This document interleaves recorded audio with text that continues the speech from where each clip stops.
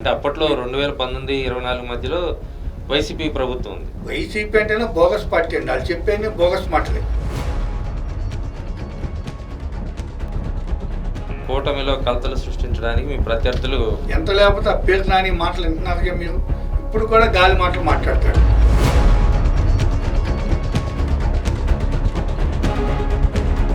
పేర్ని నాని, కొడాలి నాని, వంశీ మళ్ళీ కృష్ణా జిల్లాలో రాజకీయ చక్రం తిప్పబోతున్నారని ప్రచారం జరుగుతుంది. వాళ్ళ అధినాయకుడికే లేదు, ఈ లెవెల్ అండి. నాని మీకు వార్నింగ్ ఇస్తున్నాడుగా. వాళ్ళు అధికారంలో ఉన్నప్పుడే మళ్ళీ 24లో కూడా టీడీపీ గెలిచింది. 24లో కూడా టీడీపీ గెలిచింది, 29లో కూడా టీడీపీ గెలిచింది, 34లో కూడా టీడీపీ గెలిచింది, 39లో కూడా టీడీపీ గెలిచింది. అంటే మన భువనేశ్వరి గారి మీద కామెంట్ దాని మీద కూడా ఏదో పాట ఏదో రాపించినట్టున్నారు మీరు. బోనముదే పాట చంద్రబాబు నాయుడు గారి మీద విడుదల చేపించామండి. ఆ రోజు పాల్గొన్నా, చాలా హ్యాపీ అండి. కృష్ణా జిల్లా టీడీపీ అధ్యక్ష పదవి కూడా ఖాళీ అవబోతుంది.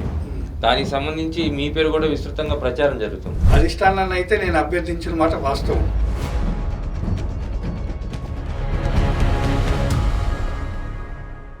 కూటమి పాలన ఏడాది గడిచింది. అయితే ఈ ఏడాది పాలన మొత్తం కూడా ప్రభుత్వం సంక్షేమ కార్యక్రమాలు, అభివృద్ధి కార్యక్రమాలు చేయటానికి మాత్రమే టైం సరిపోయింది. కూటమిలో ఉన్న టీడీపీకి కార్యకర్తలను పట్టించుకునేటువంటి తీరిక లేకుండా పోయిందనేది బయట జరుగుతున్నటువంటి ప్రచారం. ఇలాంటి ప్రచారాల నేపథ్యంలో మన కృష్ణా జిల్లాకు సంబంధించినటువంటి టీడీపీ నేత ఉన్నారు, నాని గారు.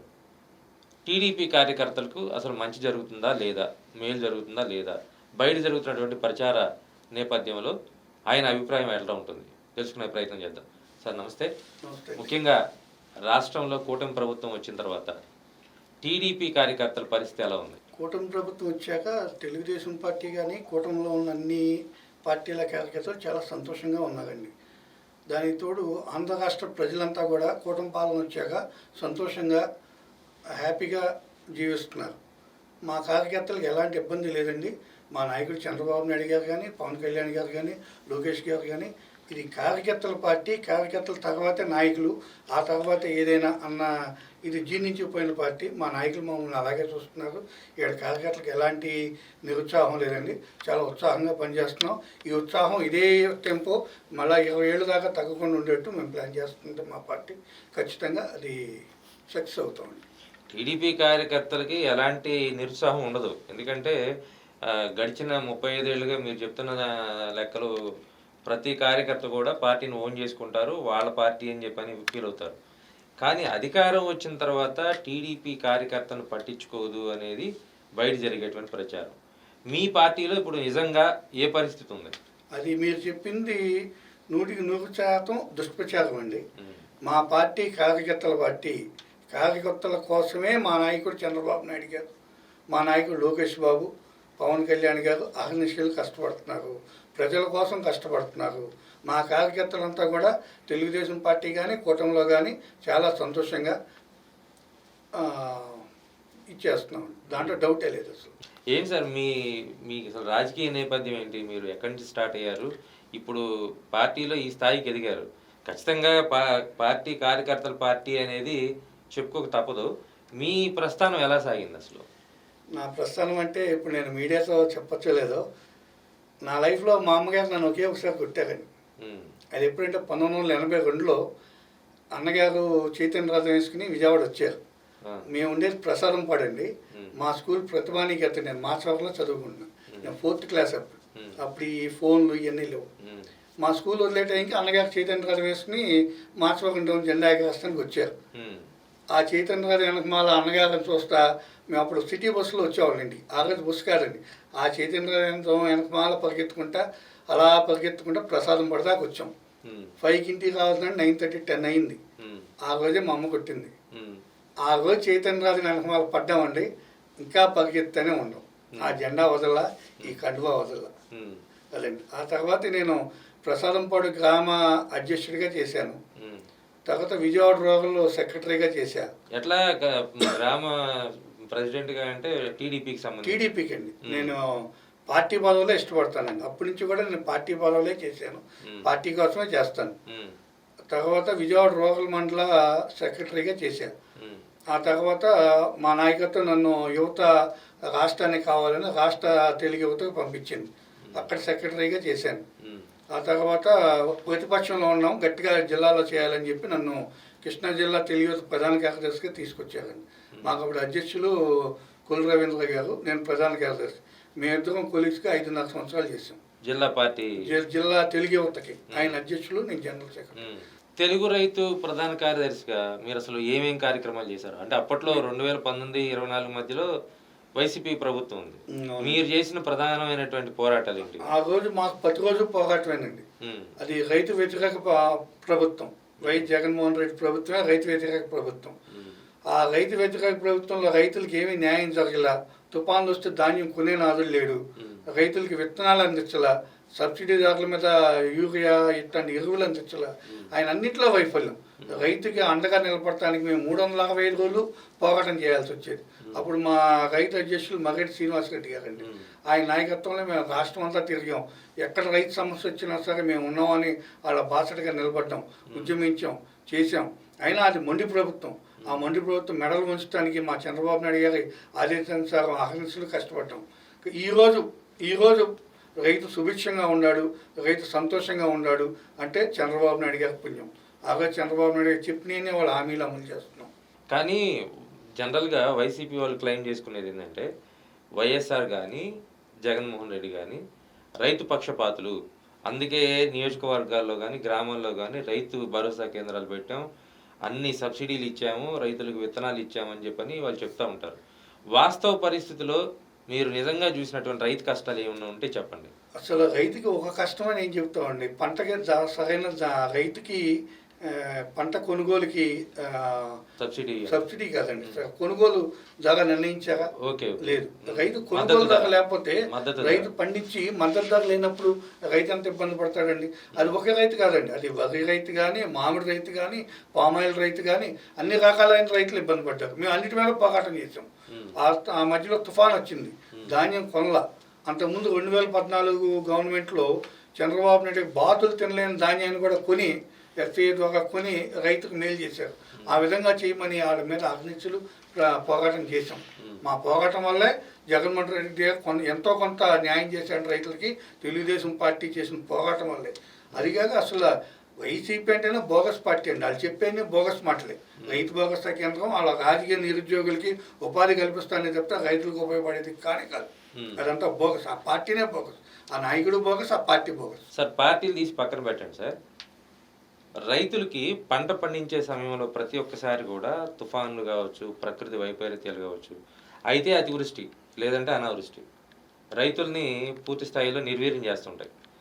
మీరు ఇప్పుడు పార్టీలో కీలకమైన పోస్టులో ఉన్నారు, ఒక రైతు బాధ్యతలు తీసుకొని ఉన్నారు, ప్రభుత్వంకి కూడా కొంత అనుసంధానకర్తగా ఉన్నారు. కాబట్టి మీరు ప్రభుత్వానికి చెప్పే ప్రధానమైనటువంటి సలహా ఏంటి? రైతు బాగుండాలంటే ఏం చేస్తే బాగుంటుంది? రైతుకి ఏం చేస్తే బాగుంటుందని ఆంధ్ర రాష్ట్రంలో అందరికీ చంద్రబాబు నాయుడు గారికి తెలిసింది. ఆయన రైతుకి వాళ్ళు ఏం చేయాలో అన్నీ చేస్తున్నారు. రేపు ఆగస్టులో రైతుకి మేమన్న 20,000 హామీ కూడా నెరవేరుస్తాను మా ప్రయత్నం, మా ప్రభుత్వం అన్ని విధాలా ప్రయత్నం చేస్తుంది.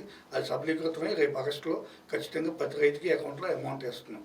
ఆ తర్వాత మన యూరియా రైతు ఎరువులన్నీ సబ్సిడీలో ఇస్తున్నాం. మీరు చూసారో లేదో, నిన్న మా నియోజకవర్గంలో కూడా మా ఎమ్మెల్యే గారు వ్యవసాయ అధికారులందరినీ పిలిచి మీటింగ్ పెట్టి అందరికీ సరైన ధరలకి సరైన టైంకి యూరియా అందాలి, విత్తనాలు అందాలి అని పెట్టి, అలాగే ప్రతి నియోజకవర్గం అలా పెట్టమన్నారు. ఎమ్మెల్యేలు ఆ కేర్ తీసుకుని చేస్తున్నారు. అంత అధిష్టానం చంద్రబాబు నాయుడు గారు ఆదేశించారు. అలాగే ప్రతి రైతుకి విత్తనాలు సకాలంలో అందాలి, ప్రతి రైతుకి గిట్టుబాటు ధర కల్పించాలి. ఇవన్నీ చంద్రబాబు నాయుడు గారి ఆలోచనలో ఏది పొల్లు పోకుండా అక్షరాలా చేస్తున్నామని. పోయిన సంవత్సరం పంట పండించిన ఏ రైతు నిరుత్సాహంగా లేడు. మీరు చూడండి, ఫీల్డ్లోకి వెళ్ళి చూడండి, తెలుగుదేశం పార్టీ కూటమి ప్రభుత్వం వచ్చిన తర్వాత ఏ రైతు నిరుత్సాహంగా లేదు. గిట్టుబాటు ధర వచ్చింది, రైతులకి విత్తనాలు సకాలంలో అందినాయి, ఎరువులు సకాలంలో అందినాయి, గిట్టుబాటు ధర వచ్చింది. రైతుకి కావాల్సింది అదే కదండి. అంతకుముందు వడ్లు కొంటే 3 నెలలు, 4 నెలలు, 5 నెలలు డబ్బులు పడతాయో లేదో రైతులు లాటరీ వేసుకున్నారు. చంద్రబాబు నాయుడు గారి నాయకత్వంలో కూటమి ప్రభుత్వంలో వడ్లు వాళ్ళకుంటే రేపో ఎల్లుండో అకౌంట్లో పడిపోయి రైతులు చాలా హ్యాపీగా మేము గ్రామాల్లో వెళ్తే రైతులు చంద్రబాబు నాయుడు గారు దండం పెట్టచ్చు చేయెత్తి, మాకు ఇలాంటి ఇది చేశాడు, ఇలాంటి నాయకుడిని 5 సంవత్సరాలు మిస్ అయినది చాలా బాధగా ఉందని రైతులు ఆత్మశుద్ధిగా అంతరాత్మసాక్షిగా చెప్పారండి. ఇది వాస్తవం. ఎట్లా ఉన్నాయి కృష్ణా జిల్లా రాజకీయాలు? ఇప్పుడు పూర్తిగా 2019 నుంచి 24 వరకు మీరు పాత ప్రభుత్వాన్ని చూశారు. ఇప్పుడు మీ ప్రభుత్వం వచ్చింది. మీ రాజకీయాలు ఎట్లా ఉన్నాయి? ఇప్పుడు కూడా పదవులు పొందడం కోసం ఇటు జనసేన అటు టీడీపీ కొట్టుకుంటున్నారనేది కూడా కొంత ప్రచారం జరుగుతుంది. అది ఉత్తమాట అండి. అసలు పదవులు కృష్ణా జిల్లాలో నాయకత్వంతో సమిష్టిగా ఉమ్మడిగా ఉంది, అంతా బాధ్యతాయుతంగా ఉంది. దీనిలో కొట్టులాట్లు అలాంటివన్నీ అసలు సమస్య లేదు. అసలు మా అధిష్టానం ఎవరికి ఏది నిర్ణయించితే అది తీసుకుంటారు, లేదంటే ఆ పాత్రలో ఉంటారు, ఆ పని చేస్తారు అంతేనండి. మేము కానీ జనసేన కానీ బీజేపీ కానీ మాలో పగపక్షాలు అనేవి అసలు సమస్య లేదు. ఇప్పుడు కాదండి, ఇంకా 20 ఏళ్ళ దాకా కూడా రావు నా నమ్మకం అది. ఎందుకంటే నాయకత్వం అంత బలంగా ఉన్నప్పుడు కింద క్యాడర్ కూడా అదే ఉత్సాహంతో చేస్తారు. వాళ్ళు ఏ మార్కెటింగ్ కమిటీ చేసినా తెలుగుదేశంకి, జనసేనకి, బీజేపీకి అధిష్టానం చెప్తుంది, చూసా తప్పకుండా ఆ నిష్పత్తులనే హ్యాపీగా చేసుకుంటున్నారు. ఇంకా ప్రజలంతా కూడా హ్యాపీగా ఉండాలండి. రాజకీయం ఉంది, కూటమి ప్రభుత్వం వచ్చే ప్రజలంతా చాలా సంతోషంగా ఉన్నారు. అన్ని వర్గాలు హ్యాపీగా ఉండే, ఉద్యోగులు, వ్యాపారస్తులు అందరూ హ్యాపీగా ఉన్నారు. రైతు ముఖ్యంగా అందరికంటే హ్యాపీగా ఉంటాడు. కూటమిలో కలతలు సృష్టించడానికి మీ ప్రత్యర్థులు కుట్ర పన్నుతున్నారు. అదంతా అది బోగస్ అండి. అసలు రాజశేఖర రెడ్డి కొడుకు ఆయన జగన్మోహన్ రెడ్డే బోగస్, ఆయన పెట్టిన పార్టీ బోగస్, వాళ్ళ క్యాడర్ బోగస్, అంతా బోగస్ కంపెనీ అండి. అది పార్టీ కాదు, అది బోగస్ కంపెనీ అండి. ఆ బోగస్ కంపెనీ చెప్పే మాటలు జనాలు నమ్మగలరు. నమ్మిన వాళ్ళు అయితే 151 ఎక్కడ 11 ఎక్కడ, నువ్వు ఎంత ఇది చేస్తే నేను 151 నుంచి 11 పంపించాను. ఇంకా వాళ్ళ సిగ్గు లేకుండా ఏదో బోగస్ మాటలు మాలో కలలేపుతని చేస్తున్నారు. అవి ఏం సాగవండి. మా నాయకత్వం చాలా క్లారిటీగా ఉంది. నాయకత్వాన్ని అనుసరించి మేము కూడా చాలా క్లారిటీగా ఉన్నాం. చాలా హ్యాపీగా ఉందండి కృష్ణా జిల్లా. మీరు ఒక మాట అన్నారు, 151 ఎక్కడ 11 ఎక్కడ, 151 నుంచి 11 పడిపోయారు, పతనం అయిపోయారని. కానీ ఎందుకు పతనం అయ్యాము అనేది ఇప్పటికి కూడా వైసీపీ నాయకులకి అర్థం కావట్లేదంట. మీరు చెప్పగలుగుతారా? అసలు వైసీపీ నాయకులకి ఆలోచించే మైండ్ లేదండి. వాళ్ళు ఎంతసేపు బోగస్ పనులకు అలవాటు పడిపోయారు, అబద్ధాలకు అలవాటు పడిపోయారు, కుట్రలకు అలవాటు పడిపోయారు, దోచుకుంటానికి అలవాటు పడిపోయారు, దాచుకుంటానికి అలవాటు పడిపోయారు. అంతేగాని వాళ్ళకి ఒక ఆలోచన, ఒక రాజకీయ విధానం అంటూ లేని పార్టీ. గాలికి పుట్టిన పార్టీ గాలిలో పోద్దండి. గాలిగా పుట్టింది. అసలు అదన్నా సరైన పార్టీనా? శవం దీని మీద పుట్టింది. వాళ్ళ నాన్న సావుతో పుట్టిన పార్టీ అది. దానికి ఒక నిర్దిష్ట ప్రణాళిక లేదు, ఏమీ లేదు. వాళ్ళకి ఒక ఆలోచన విధానం లేదు. ఎంత లేకపోతే ఆ పేరు నాని మాటలు వింటున్నారుగా మీరు. ఇప్పుడు కూడా గాలి మాటలు మాట్లాడతాడు. ఇప్పుడు కూడా ఒక జిల్లా అధ్యక్షుడి స్థాయిలో ఉండి కూడా గాలి మాటలు, వాళ్ళకి పరిపక్వత లేదు, రాజకీయ పరిపక్వత లేదు. అందుకని అలా మాట్లాడతారు. అది పెద్దగా పట్టించుకోవాల్సిన విషయం కూడా కాదండి. ఏం సార్, మీరు పేరు నాని పేరెత్తారు కాబట్టి అడుగుతున్నాను. పేరుని నాని, కొడాలి నాని, వంశీ మళ్ళీ కృష్ణా జిల్లాలో రాజకీయ చక్రం తెప్పబోతున్నారని ప్రచారం జరుగుతుంది. ఏంటి, మీరేం భయపడుతున్నారా? భయమా? తెలుగుదేశం పార్టీ బ్లడ్ లో ఈ కండువా వేసుకున్నాడు, ఆ జెండా పట్టుకున్నాడు, ఎవరికి ఉండదండి భయం అనేది. జగన్మోహన్ రెడ్డి కాదు, వాళ్ళ నాయన్నే చూసాం మేము. జగన్మోహన్ రెడ్డిని చూసాం. ఇవాళ జగన్మోహన్ రెడ్డి కోకలు తీసిన పాము. జనాలు తీర్చారు ఆయన కోకలు, పామే ఆయన. జనాలు తీర్చారు. ఇంకంత సీన్ లేదండి. వాళ్ళ అధినాయకుడికే లేదు. ఈ లెవెల్ అండి. కొడాలి నాని, పేరు నాని, వంశీ ఏం చేస్తారు? వాళ్ళ ఏమవుద్ది? వాళ్ళు అధికారంలో ఉన్నప్పుడు ఏమైనా చేశారా? ప్రజలకి మంచి చేస్తే ఇది మంచి చేశాం కాబట్టి మళ్ళీ ప్రజల దగ్గరికి వెళ్తారు. తప్పమని 4 చెప్పమనండి. కొడాలి నానిని కానీ, పేరు నానిని కానీ, వల్లభనేని వంశీ కానీ ఏదన్నా ఒక 4 మాటలు మేము ఇది చేసాం మంచి అని తప్పని చెప్పమనండి. చెప్పలేరు. ఎంతసేపు బూతులు తిడదామా, ప్రజలను మభ్య పెడదామా, గోడౌన్లో స్టాక్ దోచుకుని వేరే దేశాలు పంపి దాచుకుందామా, ఇది తప్పితే వాళ్ళు ఏం చేశారండి? ప్రజలకు ఇది చేసాం, మా కృష్ణా జిల్లా ఉంది, కృష్ణా జిల్లాకి ఇది చేసాం చెప్పమనండి. చెప్పలేరు. మరి నాని మీకు వార్నింగ్ ఇస్తున్నాడుగా, మా వంశీ కండలు పెంచుకొని వస్తున్నాడు, మీరు జాగ్రత్తగా వాళ్ళ మొహం అయ్యి చెప్తారండి. మాటలకే అవన్నీ చేతలు. వంశీ ఏంటి, వాళ్ళు అధికారంలో ఉన్నప్పుడే మేము దడవలా. ఇవాళ ఏం చేస్తారు? ప్రజలు వాళ్ళని పక్కన కూర్చోబెట్టాక వాళ్ళు ఏం చేస్తారు? అధికారంలో ఉన్నప్పుడే మా నాయకులు మా ఆఫీస్ మీద పడ్డారు. అసలు వాళ్ళు ఎంత దిగజారిపోయారంటే, మా గన్నవరం నియోజకవర్గంలో బీసీ నాయకుడు దొంతు చిన్న బీసీ నాయకుడు పత్రికాముఖంగా ఏదో చెప్పాడని ప్రజాస్వామ్యతంగా ఎదుర్కొంటూ కాక ఆయన ఇంటి మీద పడి దాడి, మా పార్టీ ఆఫీస్ మీద దాడి, మా కార్యకర్తల మీద దాడి, మా మహిళా కార్యకర్తల మీద దాడి, మా కాకులు తగలబెడతాం, మా తమ్ముడిది ఎక్కువ సందీప్ కారు తగలు పెట్టారు, మా పార్టీ ఆఫీస్ పగలు కొట్టారు, పైపెచ్చి అన్ని చేసి అధికార మదంతో మళ్ళీ మా వాళ్ళ మీదే కేసులు. మీరు కూడా ఉన్నారు కదా సార్ కేసుల్లో? కేసుల్లో నేను కూడా ఉన్నాను. అదిగా ఆ పార్టీ మా ఆఫీస్ పగలగొట్టినప్పుడు మేమే కదండి వంశీ ఆఫీస్ మీదకి వెళ్ళామండి. ఆ విజువల్స్ కూడా చూపిస్తాం మీకు. రాగానే తొడగొట్టాం, పోలీసు వాళ్ళు మమ్మల్ని ఆపి, పోలీసు అప్పుడు అంతా పోలీసు ఇదే కదా, పోలీసు వాళ్ళు మమ్మల్ని లాగేసి మా మీద కేసులు పెట్టి మా నాయకులు అప్పుడు వస్తుంటే నాయకుల్ని ఎక్కడ బ్లాక్ చేసి చేశారు. మీరు వెళ్ళారా వంశీ వాళ్ళ ఆఫీస్ మీద? వంశీ ఆఫీస్ మీదకి వెళ్ళామండి. విజువల్స్ కూడా ఓకే పర్లేదు. వంశీ ఆఫీస్ మీదకి నేను మా వాళ్ళందరిని తీసుకుని వెళ్ళాను. వెళ్తే ఎందుకు వెళ్ళారు మీరు? మీ పార్టీ కార్యాలయం పగలగొట్టారు? అవునండి, మేము ఎవరో లేనప్పుడు మా పార్టీ ఆఫీస్ మీదకి వచ్చాడు. ఇప్పుడు దమ్ముంటే రమ్మన్నాం, దమ్ముంటే ఇప్పుడు రా, అప్పుడు కాదు మేము ఎవరో లేనప్పుడు కాదు, దమ్ముంటే ఇప్పుడు రా అని వెళ్ళాం, రాలా. సో అప్పుడు మీ మీద కేసు పెట్టారు సార్? కేసులు పెట్టారండి. ఏమైనా కేసులు అందరి మీద పెట్టారు కేసులు. ఏ కేసులు నిలబడే కేసులు కాదు. మా ఆఫీస్ మీద పడి మా మీద కేసులు పెడితే ఏమవుతుందండి, అధికారం ఉందని కేసులు పెట్టారు. కానీ ఇవాళ చెప్తున్నామండి మీడియాలో, మాకు సంవత్సరం అయింది గవర్నమెంట్ వచ్చి, మేము ఒక్క కేసు కూడా చట్టబద్ధం కాని కానీ పర్సనల్ దీనికి కానీ మా ఎమ్మెల్యే గారు ఒక్క కేసు కూడా పెట్టాల. పేరు నాని గారు నోటికి వచ్చినట్టు మాట్లాడాడు మొన్న ఆయన, అది చాలా తప్పు. మా ఎమ్మెల్యే గారు ఒక కేసు కూడా వ్యక్తిగతంగా కానీ ఇంకొక వ్యక్తిగత దేశంతో కానీ ఒక కేసు కూడా పెట్టాల. అసలు మీ మీద అయితే పేరు నాని గారు రప్ప రప్ప అని చెప్పని సైకిల్ చేయటం, కంటితో సైకిల్ చేయటం అన్నీ చేశారుగా. ఇవాళ ఏడండి రఫా రఫా అన్నాడు, అన్నాడు నిలబడాలిగా. ఏడి అడ్రస్ లేదంట మనిషి. బందర్లు అంతా గగ్గోలు పెడుతున్నారు, ఆ పార్టీ వాళ్ళే గగ్గోలు పెడుతున్నారు. మా నాయకుడు ఏమైపోయాడో కనపట్టలేదు, రఫా రఫా అన్నాడు, చూద్దామంటే మనిషి కనపట్టలేదు. ఆ పార్టీ నాయకులే గగ్గోలు పెడుతున్నారు, కనపడలేదంట. మరి రఫా రఫా అన్నాడు, ఉండాలిగా, గుండెల్లో ఉండాలండి. తెలుగుదేశం పార్టీ కేడర్ని ఇన్ని ఇబ్బందులు పెట్టి పార్టీ ఆఫీసుల మీద పడి తగలబెట్టి అన్ని చేసినా దమ్ముగా నిలబడ్డాం. అది తెలుగుదేశం పార్టీ మాకు ఇచ్చిన దమ్ము. సరే, ఇప్పుడు కూడా వైసీపీ వాళ్ళు అంటే వాళ్ళ నోటి దాటితో కానీ ఎట్లాగైనా కానీ టీడీపీ మీద చేస్తున్న దాడిని తిప్పికొట్టలేకపోతున్నారు కదా మీరు కానీ మీ ఎమ్మెల్యేలు కానీ? సమస్య లేదండి, మా మీద దాడి చేసే సీన్ అడగలేదు. అలాంటిది ఉంటే మేము చాలా ఇదిగా ఎదుర్కొంటామని మీకు ఇందాక చెప్పా. మేము ప్రతిపక్షంలో ఉండగానే డిఎన్ వాళ్ళకి సవాల్ ఇచ్చి మేము ఎదుర్కొన్నాం.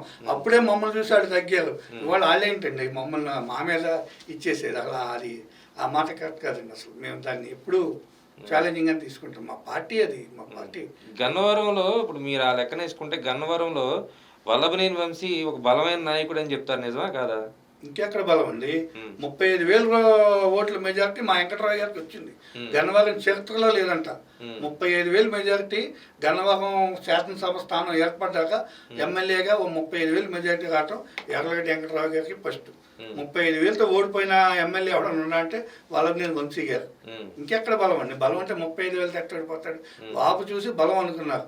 ఆయన తెలుగుదేశం పార్టీలో ఉన్నంతకాలం బలమైన నాయకుడు అంటే తెలుగుదేశం పార్టీ, దీనివల్ల ఆయన బలం అది. పార్టీలో నుంచి వెళ్ళిపోయాక ఆ గాలి తీసేసిన బుడకలాగా అయిపోయాడు.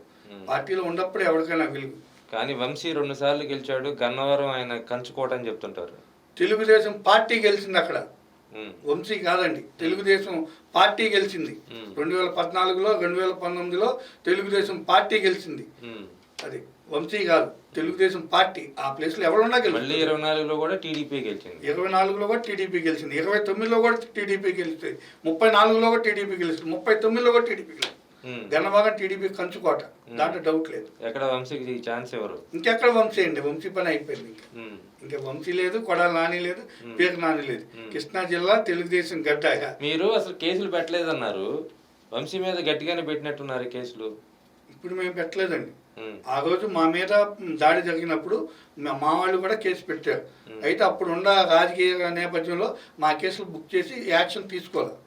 చట్టం పని చట్టం చేస్తుంది. దానికి ఎవరు చేసేది, ఎవరు అతీతులు కాదుగా చట్టానికి. ఎవరైనా చట్టం పని చట్టం చేస్తుంది. ఇప్పుడు ఏం సార్ గన్నవరంలో అసలు వంశీ పరిస్థితి ఏంటి? గన్నవాగలు ఇంకెక్కడ వంశీ ఏంది? గన్నవాగలో వంశీ లేదేమి. గన్నవాగలు తెలుగుదేశం గడ్డ. వెంకటరావు గారు ఇంకా 15-20 ఏళ్ళు వెంకటరావు గారు ఎమ్మెల్యే, దాంట్లో డౌటే లేదు. ఇంకెవరు లేరా వంశీని ఢీ కొట్టే వాళ్ళు టీడీపీలో? మా వెంకటరావు గారు ఉన్నారు కదా. ఉన్నారా? వెంకటరావు గారు మళ్ళీ 20 ఏళ్ళ దాకా ఆయన శాశ్వత ఎమ్మెల్యే గన్నవాగాని. ఎందుకంటే ఆయన చేసే పనులు అట్టుంది. ఖచ్చితంగా ప్రజలు 20 ఏళ్ళ దాకా ఆయన వదలరు. 20 ఏళ్ళు ఆయన ఎమ్మెల్యే. ఇష్టడ వంశీలు ఎంతమంది వచ్చినా తెలుగుదేశం పార్టీని గన్నవరంలో ఇంత కూడా కదల్చలేరు. అది మా నమ్మకం అండి. కానీ వంశీ 2019 నుంచి 24 వరకు కొంతమందికి అంటే అప్పట్లో ఆయన ఎమ్మెల్యేగా ఉన్నప్పుడు వైసీపీకి వెళ్ళిపోయినప్పుడు మీలాంటి వాళ్ళు ఎవరైతే బలంగా వ్యతిరేకించారో వాళ్ళందరినీ కూడా గుర్తుపెట్టుకుంటాడు, మళ్ళీ లెక్కలన్నీ కూడా రాస్తున్నామని చెప్పని కూడా మన ఈ మధ్య ఒక వార్నింగ్ వచ్చింది. వచ్చిందా? అట్లాంటి వార్నింగ్లు అట్లాంటి ఇప్పుడు వంశీ మా ముందు పార్టీలోకి వచ్చాడండి. మమ్మల్ని అర్థం చేసేదేంటి? మేము తెలుగుదేశం అన్నుంది మాకు. తెలుగుదేశం చంద్రబాబు నాయుడు నాయకత్వంలో, లోకేష్ బాబు గారి సారథ్యంలో ఉన్న తెలుగుదేశాన్ని ఈ వంశీ చేస్తాం ఏంటండి? అతని వల్ల ఏమవుతుంది? మా నాయకత్వం మాకు వచ్చే అంటకి మమ్మల్ని ఎవడేం చేయలేడు కనుక. 2023లో మీకు అసలు బాబు గారు అరెస్టు, టీడీపీ సంక్షోభం, అసలు ఆ కష్టకాలం ఏమనిపించింది మీకు? మళ్ళీ అధికారం వస్తుంది అనిపించింది అసలు? ఖచ్చితంగా వీళ్ళు పెట్టే ఇబ్బందులు ప్రజలంతా గమనిస్తున్నారు. ఖచ్చితంగా వాళ్ళ పోయి వాళ్ళే తవ్వుకుంటున్నారు. ఖచ్చితంగా చంద్రబాబు నాయుడు గారి నాయకత్వం ఈ రాష్ట్రానికి ఖచ్చితంగా అవసరం. ఈ చంద్రబాబు నాయుడు గారు కాకపోతే ఈ రాష్ట్రాన్ని ఎవడ గాడిలో పెట్టలేడు అన్న విషయం ప్రజలు అప్పటికే గమనించేశారు. లేదంటే రాజమండ్రి టు విజయవాడ వస్తానికి 17 గంటలు 18 గంటలు పట్టిందంటే ఆయన ఇంటే ప్రజల్లో ఉండే అభిమానం ఎంత పెళ్ళు బికిందో అర్థం చేసుకోండి. విడుదలైన తర్వాత ఆ రోజు చంద్రబాబు నాయుడు గారు లేకపోతే రాష్ట్రాన్ని నడిపే నాయకుడు లేడు. ఆయన అవసరాన్ని ప్రజలు గుర్తించారు అప్పుడు. సో తెలుగుదేశాన్ని పట్టం కట్టారు. మీరు అంటే మన భువనేశ్వరి గారి మీద కామెంట్ దాని మీద కూడా ఏదో పాట ఏదో రాపించినట్టున్నారు మీరు. బోనముదే పాట చంద్రబాబు నాయుడు గారి మీద విడుదల చేపించామండి. బోనముతోనే విడుదల చేపించిన దాంట్లో నేను కూడా ఆ రోజు పాల్గొన్నా. చాలా హ్యాపీ అండి. ఒక మహానాయకుడు, ప్రపంచం గుర్తించిన మనిషితో ఒక మహానాయకుడు కూతురు, ఒక నాయకుడు భార్యతో ఆయన మీద ఆడియో రిలీజ్ చేయించే కార్యక్రమంలో నేను పాల్గొంటుంటే అది ఎన్నో జన్మల అదృష్టం ఉండాలి. ఎవరు చేయించారు సార్ ఆ పాట? అది మా ఫ్రెండ్ చేయించింది. మీరు మీ అంతా కలిసి చేయించారు? మా ఫ్రెండ్ చేయించారు. నేను కూడా విడుదల చేయించిందంటే పాల్గొన్నాను. ఇది రాష్ట్రంలో ఆ రోజు ఉన్నటువంటి పరిస్థితుల మీద చేశారు. ఇప్పుడు ఎలా ఉన్నాయి సార్? ఇప్పుడు ఆ పరిస్థితులు పూర్తిగా మారిపోయినాయి. ఇప్పుడు అంతా ప్రజాస్వామ్యం కదండి. 5 సంవత్సరాలు ప్రజాస్వామ్యం చచ్చిపోయింది ఆంధ్రాలో. 5 సంవత్సరాలు చంపేశారు బలవంతంగా ప్రజాస్వామ్యాన్ని. వాళ్ళు ఏదైనా ప్రజాస్వామ్యతంగానే ఉంది. వాళ్ళలాగా మేము చేస్తే, వైసీపీ వాళ్ళలాగా మేము కూడా రెవెన్యూ తీర్చుకోవాలని చేస్తే వాళ్ళ రాష్ట్రం రావడం కష్టమే. మా నాయకత్వం దాన్ని ఒప్పుకోవాలి. ఏదన్నా ఉంటే తప్పు ఉన్న చోట చట్టం పని చేస్తుంది. మీరు ఎవరు కల్పించుకోవద్దు, మీ పనులు మీరు చేయండి. చట్టం పని చట్టం చేస్తుంది. అదే మా ఎమ్మెల్యేలు పనితీరు ఎట్లా ఉంది సార్? బ్రహ్మాండంగా ఉంది. మా జిల్లా అంతా యువ నాయకత్వం, యువ ఎమ్మెల్యేలతో రెపరెపలాడుతుంది. దాంట్లో డౌట్ లేదు.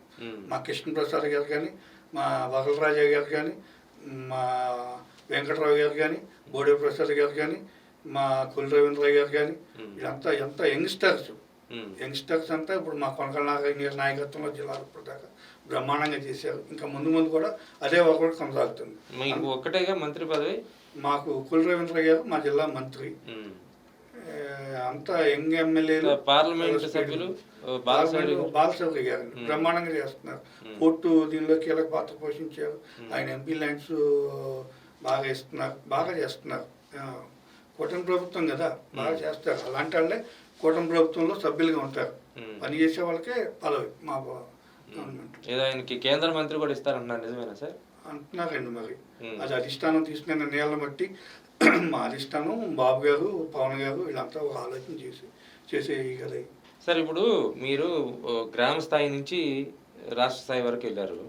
జిల్లా స్థాయి పదవుల మీద ఎక్కడ మీకు ఇది లేదా? ఇప్పుడు ఆల్రెడీ మీకు కృష్ణా జిల్లా టీడీపీ అధ్యక్ష పదవి కూడా ఖాళీ అవబోతుంది. దానికి సంబంధించి మీ పేరు కూడా విస్తృతంగా ప్రచారం జరుగుతుంది. ఏంటి, వెళ్తున్నారా మీరు? పార్టీ పదవి పగ్గాలు చేపట్టబోతున్నారా? అధిష్టానాన్ని అయితే నేను అభ్యర్థించిన మాట వాస్తవం. నేను జిల్లా ఉపాధ్యక్షుడిగా, ఉమ్మడి జిల్లాకు ఉపాధ్యక్షుడిగా 2 సార్లు చేశాను. యువత జనరల్ సెక్రటరీగా కృష్ణా ఉమ్మడి జిల్లా ఉమ్మడి కృష్ణాకి 2 సార్లు చేశాను. కాబట్టి నాకు అవకాశం కల్పించమని అడిగాను. మా అధిష్టానం కూడా ఆలోచిస్తాము, చేద్దామన్నారు. అవకాశం ఇస్తే ఖచ్చితంగా చేస్తానండి. ఏం చేస్తారు? మీకు నేను నామినేటెడ్ పదవి కోరుకోవాలా. నాకు పార్టీనే ఇంట్రెస్ట్, పార్టీ పదవే కోరుకున్నా. అధిష్టానాన్ని అడిగిన కూడా పార్టీ పదవి అని అడిగా. పార్టీ పదవి ఇస్తే పార్టీకి పూర్తి న్యాయం చేస్తాను. అంటే న్యాయం అంటే ఎట్లా చేస్తారు? కార్యకర్తలు ఇప్పుడు కార్యకర్తల ఆశలు కోరికలు చాలా ఉన్నాయి. ఒకవేళ నిజంగా మీరు జిల్లా అధ్యక్ష పదవి బాధ్యతలు తీసుకున్నారనుకోండి, అవన్నీ కూడా ఆ చాంతాడంత లిస్ట్ వస్తుంది మీ దగ్గరికి. అంటే లిస్ట్ అంటే అధిష్టానం సూచనల మేరకు మేము పనిచేస్తామండి. అలాగే తెలుగుదేశం పార్టీకి ఎవరైతే కష్టపడుతున్నారో, తెలుగుదేశం పార్టీ జెండా మొన్న రెపరెపలాడటానికి ఎవరైతే కృషి చేశారో వాళ్ళందరికీ న్యాయం చేసేటట్లు నా వంతు పూర్తిగా కృషి చేస్తాను. నాకు కనుక అధిష్టానం అవకాశం కల్పిస్తే కనుక ఖచ్చితంగా తెలుగుదేశం పార్టీ కోసం పోరాడిన కార్యకర్తలందరికీ న్యాయం చేస్తానికి నా వంతుగా ఏం చేయాలో అది ఖచ్చితంగా చేస్తాను. మీకు అసలు ఒకవేళ టీడీపీ ప్రెసిడెంట్ ఇచ్చినా మీకు ప్రత్యర్థుల రూపంలో మీకు గట్టి సవాళ్ళు ఎదురవుతాయి. మీరు ఇందాక చెప్పాను కదా, పేరు నాని గారు ఒక పక్కన కసరత్తులు చేస్తున్నారు, వల్లభనేని వంశీ గారు ఒక పక్కన కసరత్తులు చేస్తున్నారు. వాళ్ళంతా మీ పార్టీ మీద దూసుకొచ్చే రాజకీయంలో ఉంటాయి, కానీ వీళ్ళు చేయగలిగింది అయితే ఇప్పుడు ఏమీ లేదు. వాళ్ళని ప్రజలు తిరస్కరించారు. వాళ్ళని పేరు నాని మీద ఎన్ని ఎలిగేషన్లు వచ్చినాయి మీకు తెలుసు కదా, అతను పెద్ద స్కామ్లు అన్నీ. ఇప్పుడు మా వంశీ మా నియోజకవర్గంలో రేషన్ బియ్యము ఒకటి కాదు, వాళ్ళ మీద అన్నీగా వాళ్ళు దేంట్లో లేదని చెప్పమానండి. ఇప్పుడు మా నియోజకవర్గంలో వంశీ ఉన్నాడు, అతని గురించి ఆలోచించండి.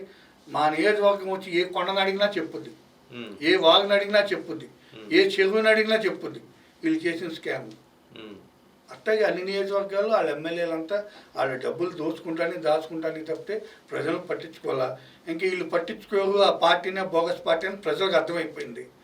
మేము ఎంతసేపు ఒకవేళ నాకు అధ్యక్ష పదవి ఇస్తే కనుక, బాబు యొక్క ఆశీస్సులతో నాకు అధ్యక్ష పదవి వస్తే కనుక ప్రజలకు ఏం చేయాలి, మా పార్టీ ప్రజలకు ఏం చేస్తుంది అన్న విషయం మీద పార్టీకి ప్రజలకి మధ్య వారధిగా ఉంటా, పార్టీకి ప్రభుత్వానికి మధ్య వారధిగా ఉంటా. నా వంతు కర్తవ్యం నేను నిర్వర్తిస్తాను. ఇంకా అంటే నియోజకవర్గాల్లో పరిస్థితులు కానీ చూసుకుంటే క్షేత్రస్థాయిలో ఇప్పటికి కూడా టీడీపీ అంటే ప్రత్యర్థి పార్టీలతో పోటీ పడాల్సి వస్తుంది అనుకోవచ్చా సార్? మీరు మొన్న ఒకటి చూశారు, టీడీపీ ప్రత్యర్థి అనేది ఉంటాడు రాజకీయంలో, కానీ ప్రత్యర్థి మాకు బలహీనుడు అయిపోయాడు ఇక్కడ.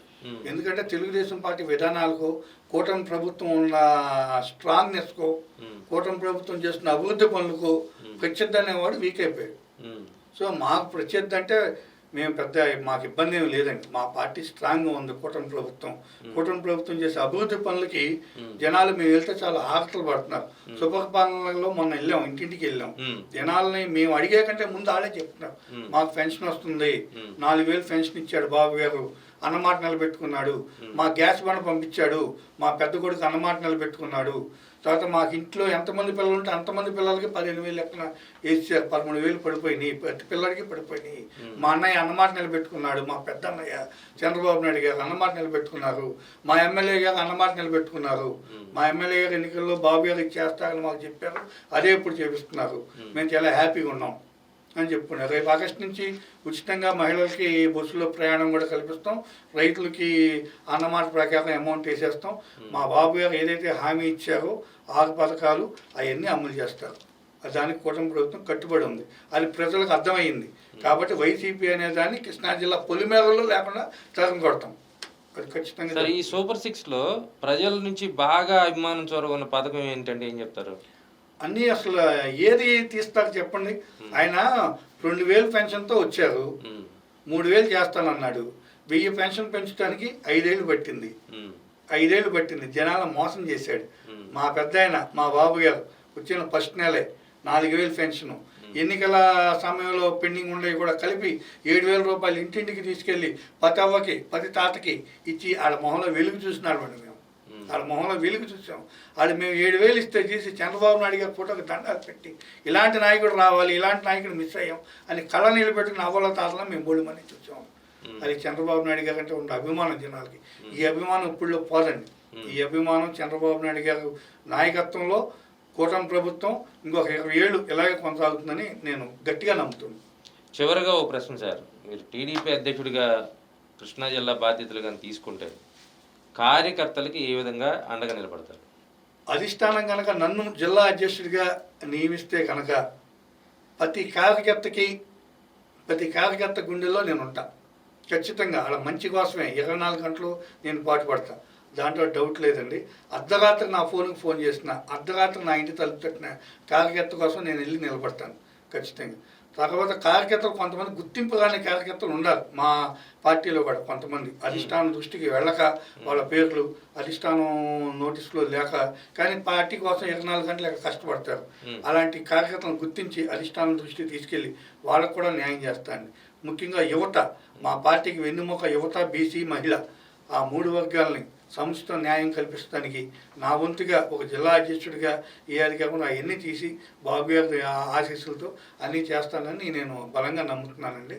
నాకు వస్తే కనుక నేను ఖచ్చితంగా చేస్తానండి. మొత్తంగా కార్యకర్తల అభిప్రాయాలని వాళ్ళ కష్టాన్ని గౌరవిస్తూ ప్రతి కార్యకర్తకి అందుబాటులో ఉండాలనే ధ్యేయంతోనే తాను టీడీపీలో కష్టపడి పనిచేస్తున్నట్లుగా నాని చెప్తున్నారు. అదేవిధంగా వైసీపీ ప్రస్తుతం కోరలు పీకిన పాము, అది ఎవరిని ఏం చేయలేదు అనేది కూడా చాలా స్పష్టంగా చెప్తున్నారు. దాంతోపాటు భవిష్యత్తులో వైసీపీ మళ్ళీ పోరాటాలు బాట పడితే దానికి ధీటుగా ఎలా సమాధానం చెప్పాలో కూడా తమకు తెలుసు అనేది నాని స్పష్టంగా చెప్తున్నారు.